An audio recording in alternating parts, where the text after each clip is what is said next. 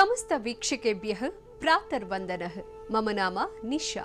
ಪ್ರಾತಃ ಸ್ಮರಾಮಿ ಕಾರ್ಯಕ್ರಮಾರ್ಥಂ ಸ್ವಾಗತಂ. ಬೆಳಂಬೆಳಗ್ಗೆ ಟಿವಿ9 ನಲ್ಲಿ ಪ್ರಸಾರವಾಗೋ ಪ್ರಾತಃ ಸ್ಮರಾಮಿ ಕಾರ್ಯಕ್ರಮ ನಿಮ್ಮ ಮನಸ್ಸಿನಲ್ಲಿ ಭಕ್ತಿ ಮೂಡಿಸುತ್ತೆ, ನಿಮಗೆ ನೆಮ್ಮದಿ ಕೊಡುತ್ತೆ. ಅದು ಹೇಗೆ ಅಂತೀರಾ? ನೀವೇ ನೋಡಿ. ಉತ್ತಮ ಸಂತಾನಕ್ಕಾಗಿ ಸುಬ್ರಹ್ಮಣ್ಯ ದೇವರ ಪೂಜೆಗೆ ಪ್ರಶಸ್ತವಾದ ದಿನ. ಇನ್ನು ದ್ವಾದಶ ರಾಶಿಗಳ ಫಲಾಫಲ ನೋಡೋದಾದ್ರೆ, ಒಂದು ರಾಶಿಯವರು ವ್ಯಾಪಾರದಲ್ಲಿ ಅಭಿವೃದ್ಧಿ ಕಾಣಲಿದ್ದೀರಿ, ಮತ್ತೊಂದು ರಾಶಿಯವರು ಆಧ್ಯಾತ್ಮಿಕ ಚಿಂತನೆಯಿಂದ ಸಂತಸ ಪಡೆಯಲಿದ್ದೀರಿ. ಹಾಗಿದ್ರೆ ಬನ್ನಿ, ಇಂದಿನ ದ್ವಾದಶ ರಾಶಿಗಳ ಫಲಾಫಲ ಹೇಗಿದೆ ನೋಡ್ಕೊಂಡು ಬರೋಣ.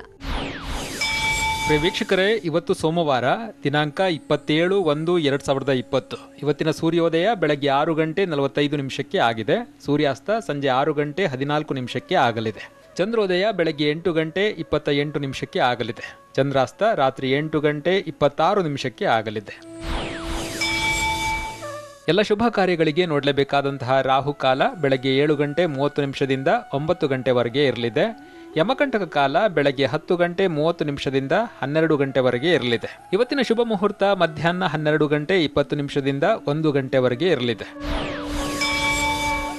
ಈ ದಿನದ ವಿಶೇಷತೆಯನ್ನು ನೋಡುವುದಾದರೆ, ಉತ್ತಮ ಸಂತಾನಕ್ಕಾಗಿ ಸುಬ್ರಹ್ಮಣ್ಯ ದೇವರ ಪೂಜೆಗೆ ಪ್ರಶಸ್ತವಾದಂತಹ ದಿನವಾಗಿದೆ.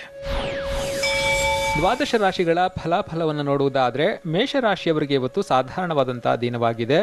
ಜನಮನ್ನಣೆಯಿಂದಾಗಿ ಅಧಿಕಾರ ಸಿಗುವಂತಹ ಯೋಗವಿದೆ. ವಿವಾದಾತ್ಮಕವಾದಂತಹ ವಿಚಾರದಲ್ಲಿ ತಲೆ ಹಾಕುವಂಥದ್ದು ಬೇಡ. ಸ್ವಯಂ ಪ್ರೇರಿತರಾಗಿ ವಯೋವೃದ್ಧರ ಸೇವೆಯನ್ನು ಮಾಡಲಿದ್ದೀರಿ. ಸಹೋದ್ಯೋಗಿಗಳ ಜೊತೆಗೆ ಯಾತ್ರೆಯನ್ನು ಕೈಗೊಳ್ಳಲಿದ್ದೀರಿ. ವೃಷಭ ರಾಶಿಯವರಿಗೆ ಇವತ್ತು ವಿಶೇಷವಾದಂತಹ ದಿನ. ವ್ಯಾಪಾರದಲ್ಲಿ ಅಭಿವೃದ್ಧಿಯನ್ನು ಕಾಣ್ತೀರಿ. ಆಧ್ಯಾತ್ಮಿಕವಾದಂತಹ ಚಿಂತನೆಯಿಂದ ಸಂತಸ ಮೂಡಲಿದೆ. ಅಹಿತಕರವಾದಂತಹ ವಿಚಾರ ಕೇಳಿಬರುವಂತಹ ಸಂಭವ ಇದೆ. ಕುಟುಂಬದಲ್ಲಿ ವಿವಾಹ ಸಂಭ್ರಮಾಚರಣೆಯನ್ನು ಮಾಡಲಿದ್ದೀರಿ. ಮಿಥುನ ರಾಶಿಯವರಿಗೆ ಇವತ್ತು ಶುಭ ದಿನವಾಗಿದೆ. ಜಡತ್ವವನ್ನು ಬಿಟ್ಟರೆ ಕಾರ್ಯ ಸಾಧನೆ ಆಗಲಿದೆ. ಊಹಾಪೋಹಕ್ಕೆ ಕಿವಿಯನ್ನು ಕೊಡಬೇಡಿ. ಗಣನೀಯವಾದಂತಹ ಸಾಧನೆಗಳಿಗೆ ಅಭಿನಂದನೆ ಬರಲಿದೆ. ಈ ರಾಶಿಯವರಿಗೆ ಸರ್ಕಾರಿ ಕಚೇರಿಯಲ್ಲಿ ಕಾರ್ಯಸಿದ್ಧಿಯಾಗಲಿದೆ. ಕಟಕ ರಾಶಿಯವರಿಗೆ ಇವತ್ತು ಸಾಧಾರಣವಾದಂತಹ ದಿನವಾಗಿದೆ. ಹೊಸ ವ್ಯಾಪಾರವನ್ನು ಆರಂಭಿಸುವುದರ ಬಗ್ಗೆ ಚಿಂತನೆಯನ್ನು ಮಾಡ್ತೀರಿ. ಮಹತ್ವದ ನಿರ್ಧಾರಗಳಲ್ಲಿ ಎಚ್ಚರ ಇರಲಿ. ಸ್ನೇಹಿತರಿಂದ ತಾತ್ಕಾಲಿಕವಾದಂತಹ ಮನಸ್ತಾಪ ಉಂಟಾಗಬಹುದು. ವಿಶೇಷ ಕಾರ್ಯಕ್ಕಾಗಿ ಅಧಿಕಾರಿಗಳನ್ನ ಭೇಟಿ ಮಾಡ್ತೀರಿ. ಸಿಂಹರಾಶಿಯವರಿಗೆ ಇವತ್ತು 50-50 ಇದೆ. ಸಂಘ ಸಂಸ್ಥೆಗಳ ಕಾರ್ಯಕ್ರಮದಲ್ಲಿ ಭಾಗವಹಿಸ್ತೀರಿ. ಹೊರಗಿನವರನ್ನ ನಂಬಿ ಮೋಸ ಹೋಗುವಂತಹ ಸಂಭವ ಇದೆ. ಬಹುದಿನಗಳ ಆಸೆ ಕೈಗೂಡಲಿದೆ. ಈ ರಾಶಿಯವರು ಹಣಕಾಸಿನ ವ್ಯವಹಾರದಲ್ಲಿ ಸ್ವಲ್ಪ ಮುನ್ನಡೆಯನ್ನ ಕಾಣ್ತೀರಿ. ಕನ್ಯಾ ರಾಶಿಯವರಿಗಿಂದು ಸಂತಸ ಪಡುವಂತಹ ವಿಚಾರವೊಂದನ್ನು ಕೇಳ್ತೀರಿ. ವ್ಯಾಪಾರದಲ್ಲಿ ನಿರೀಕ್ಷಿತವಾದಂತಹ ಲಾಭವನ್ನು ಗಳಿಸಲಿದ್ದೀರಿ. ನಿಮ್ಮ ಆತ್ಮೀಯತೆ ಜನರ ಗಮನ ಸೆಳೆಯಲಿದೆ. ಸಮಾಜಮುಖಿ ಕೆಲಸದಲ್ಲಿ ತೊಡಗ್ತೀರಿ. ತುಲಾ ರಾಶಿಯವರಿಗೆ ಇವತ್ತು ಮಿಶ್ರ ಫಲಗಳಿವೆ. ಜಡತ್ವದಿಂದ ಕಾರ್ಯ ವಿಳಂಬ ಆಗಬಹುದು. ಬರಬೇಕಿದ್ದಂತಹ ಹಣ ಸಂದಾಯವಾಗಲಿದೆ. ವಾಹನ ಸಂಚಾರದ ವೇಳೆ ಸ್ವಲ್ಪ ಎಚ್ಚರಿಕೆ ಇರಲಿ.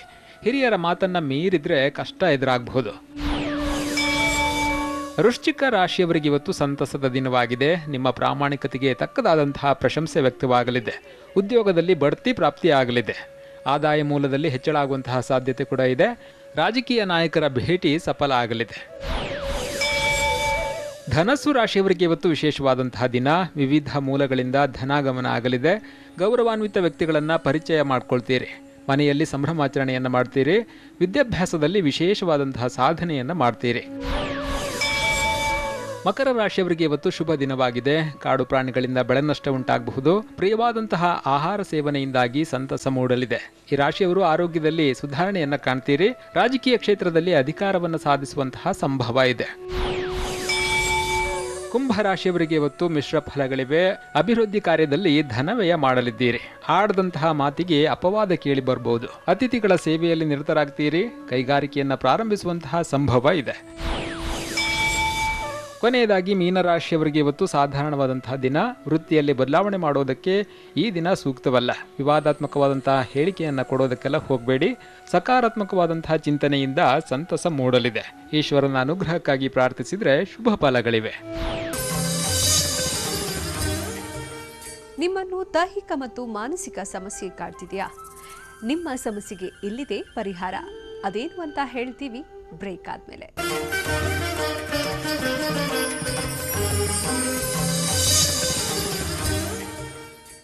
ನೀವು ಕೀಲು ನೋವಿನ ಸಮಸ್ಯೆಯಿಂದ ಬಳಲುತ್ತಿದ್ದೀರಾ? ಈ ಸಮಸ್ಯೆ ನಿವಾರಣೆಗೆ ಸರಳ ತಂತ್ರದಲ್ಲಿ ಪರಿಹಾರ ಬೇಕಾ? ಹಾಗಿದ್ರೆ ಆ ಸರಳ ತಂತ್ರವಾದರೂ ಯಾವುದು? ಬನ್ನಿ ತಿಳಿಯೋಣ.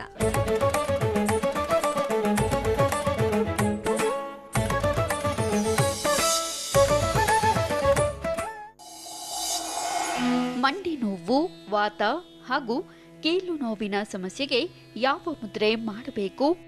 ನಾವು ಕೂತ್ಕೊಂಡಿರ್ತೀವಿ, ಒಂದೊಂದು ಸಲ ಹೇಳೋದೇ ಕಷ್ಟ ಆಗೋಗ್ಬಿಡುತ್ತೆ. ಅಂದರೆ ನಮ್ಮ ಮಂಡಿಗಳು, ನಮ್ಮ ಎಲ್ಲ ಜಾಯಿಂಟ್ಸು ಹಿಡ್ಕೊಂಡ್ಬಿಡುತ್ತೆ. ಇವತ್ತು ಎಲ್ಲ ಕಡೆ ನಾವು ಪ್ರಪಂಚದಲ್ಲಿ ಯಾರೂ ಕೂತು ಊಟ ಮಾಡೋದಿಲ್ಲ. ನಮ್ಮ ಜಾಯಿಂಟ್ಸ್ಗಳಿಗೆ ನಾವು ಕೆಲಸನೇ ಕೊಡ್ತಾ ಇಲ್ಲ.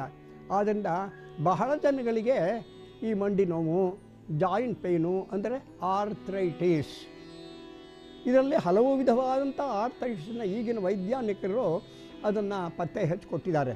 ನಮ್ಮ ದೇಹದಲ್ಲಿ ಈಗ ತಾನು ಹೇಳಿದೆ ವಾಯು ಇದೆ. ಆಯುರ್ವೇದದಲ್ಲಿ ಅದನ್ನು ವಾತ ಅಂತ ಕೂಡ ಹೇಳ್ತಾರೆ. ಸೊ ಈ ವಾತ ಅಂತನ್ನುವುದು ನಮ್ಮ ಇಡೀ ದೇಹದಲ್ಲಿ ಪ್ರವಹಿಸಿ ನಮ್ಮ ಎಲ್ಲ ಜಾಯಿಂಟ್ಸನ್ನು ಕೂಡ ಕಂಟ್ರೋಲ್ ಮಾಡುತ್ತೆ. ಅಂದರೆ ನಮ್ಮ ಎಲ್ಲ ಜಾಯಿಂಟ್ಗಳು ಕೂಡ ಒಂದು ವಾಯುವಿನ ಪ್ರಕೋಪದಿಂದ, ವಾಯುವಿನ ಒಂದು ಡಿಫಿಷಿಯನ್ಸಿಯಿಂದ ಸ್ವಲ್ಪ ವ್ಯತ್ಯಾಸವಾದರೆ ಎಲ್ಲ ಜಾಯಿಂಟ್ಗಳಿಗೂ ಕೂಡ ವ್ಯತ್ಯಾಸ ಆಗುತ್ತೆ. ಅದನ್ನೇ ಆರ್ಥ್ರೈಟಿಸ್. ಅದಕ್ಕೆ ಅತ್ಯಂತ ಪ್ರಬಲವಾದಂಥ ಮುದ್ರೆಯನ್ನು ನಮ್ಮ ಮಹರ್ಷಿಗಳು ತೋರಿಸಿದ್ದಾರೆ. ಅದು ವಾಯುಮುದ್ರಾ ಅಂತ ಹೆಸರು. ಈಗ ತಾನು ನಾವು ಕಲ್ತ್ಕೊಂಡು, ಇದು ವಾಯುವಿನ ಪ್ರತೀಕ, ತೋರು ಬೆರಳು. ಈ ತೋರು ಬೆರಳನ್ನು ಈ ಅಗ್ನಿಯ ಮೂಲಕ್ಕೆ, ಅಂದರೆ ಅಗ್ನಿಯ ಮೂಲಕ್ಕೆ ಮಡಿಸಿಕೊಂಡು ಈ ಒಂದು ಹೆಬ್ಬೆಟ್ಟು ಅಗ್ನಿಯನ್ನು ವಾಯುವಿನ ಬೆರಳಿನ ಮೇಲೆ ಮೃದುವಾಗಿ ಒತ್ತಿದರೆ, ಅಂದರೆ ತುಂಬ ಜೋರಾಗಿ ಒತ್ತಬೇಕಾದಿಲ್ಲ, ಒತ್ತಿದರೆ ನಮ್ಮ ದೇಹದಲ್ಲಿರ್ತಕ್ಕಂಥ ವಾಯು ಪ್ರಕೋಪ, ವಾಯುವಿನ ತೊಂದರೆ, ಆರ್ಥ್ರೈಟಿಸ್ ತೊಂದರೆ, ಕತ್ತು ಹಿಡ್ಕೊಂಡಿರುತ್ತೆ ಕೆಲವರಿಗೆ, ಅದು ಆ ಕತ್ತಿನ ತೊಂದರೆ, ಶೋಲ್ಡರ್ ಕ್ಯಾಚ್, ಇದರ ಶೋಲ್ಡರ್ ತೊಂದರೆ, ಈ ಬೆರಳುಗಳ ಜಾಯಿಂಟಿನ ತೊಂದರೆ, ಮೊಣಕೈ ಇತ್ಯಾದಿ ಯಾವುದೇ ಜಾಯಿಂಟಿನ ತೊಂದರೆಗಳಿದ್ದರೂ ಕೂಡ ಈ ಒಂದು ಸರಳವಾದಂಥ ವಾಯು ಮುದ್ರೆಯಿಂದ ಅದು ಖಂಡಿತ ಗುಣವಾಗುತ್ತೆ. ಸಾವಿರಾರು ಜನಗಳಿಗೆ ಇದನ್ನು ಹೇಳುವಂತಹ ಅವಕಾಶ ಆಗಿದೆ. ಇದು ಅತ್ಯಂತ ಪ್ರಬಲವಾದಂಥ ಒಂದು ಮುದ್ರೆ. ಇದು ವಾಯು ಮುದ್ರಾ, ಅಂದರೆ ವಾತ ಮುದ್ರಾ ಅಂತ. ಇದರಲ್ಲಿ ಇನ್ನೊಂದು ಏನು ಅಂತಂದರೆ, ನಾವು ಕೇಳಿರಬಹುದು ಪಾರ್ಕಿನ್ಸನ್, ಅಂದರೆ ಒದರುವಾಯು ಅಂತ ಕನ್ನಡದಲ್ಲಿ ಹೇಳ್ತಾರೆ. ಇಡೀ ದೇಹವೆಲ್ಲ ದಡ ದಡ ದಡ ಅಂತ ಒದರುವಾಗುತ್ತೆ. ವ್ಯಕ್ತಿಯೊಬ್ಬ ಒಂದು ಲೋಟ ಕಾಫಿಯನ್ನು ಇಟ್ಕೊಂಡು ಕುಡಿಯೋದಕ್ಕಾಗೋದಿಲ್ಲ, ಪೆನ್ನನ್ನು ಇಟ್ಕೊಂಡು ಸೈನ್ ಮಾಡೋಕ್ಕಾಗೋದಿಲ್ಲ. ಅಂಥ ಸ್ಥಿತಿಗೆ ಮನುಷ್ಯ ಬರ್ತಾನೆ ಒದರುವಾಯುವಿಂದ. ಆ ಥರ ಒದರುವಾಯುವನ್ನೂ ಕೂಡ ಈ ವಾಯುಮುದ್ರಾ ಕಂಟ್ರೋಲ್ ಮಾಡಿದಂತಹ ಉದಾಹರಣೆ ನನ್ನ ಜೀವನದಲ್ಲಿದೆ. ಸೊ ಹೀಗೆ ವಾಯುಮುದ್ರೆ ಎಲ್ಲ ವಿಧವಾದಂತಹ ನಮ್ಮ ದೇಹದ ಜಾಯಿಂಟ್ಸನ್ನು ತೊಂದರೆಗಳನ್ನು ಸಂಪೂರ್ಣವಾಗಿ ನಿವಾರಣೆ ಮಾಡುವಂಥ ಅಪೂರ್ವವಾದಂಥ ಒಂದು ಮುದ್ರೆ ಆಗಿದೆ.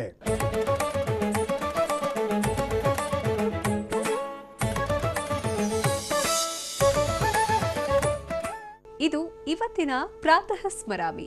ನಾಳೆ ನಿಮ್ಮ ದಿನವನ್ನು ಪ್ರಾರಂಭಿಸಲು ಮತ್ತಷ್ಟು ಆಸಕ್ತಿಕರ ವಿಚಾರಗಳನ್ನು ಹೊತ್ತು ನಿಮ್ಮ ಮುಂದೆ ಬರ್ತೀನಿ. ಇದು ಈ ಹೊತ್ತಿನ ವಿಶೇಷ. ನಿರಂತರ ಸುದ್ದಿಗಾಗಿ ನೋಡ್ತಾ ಇರಿ TV9.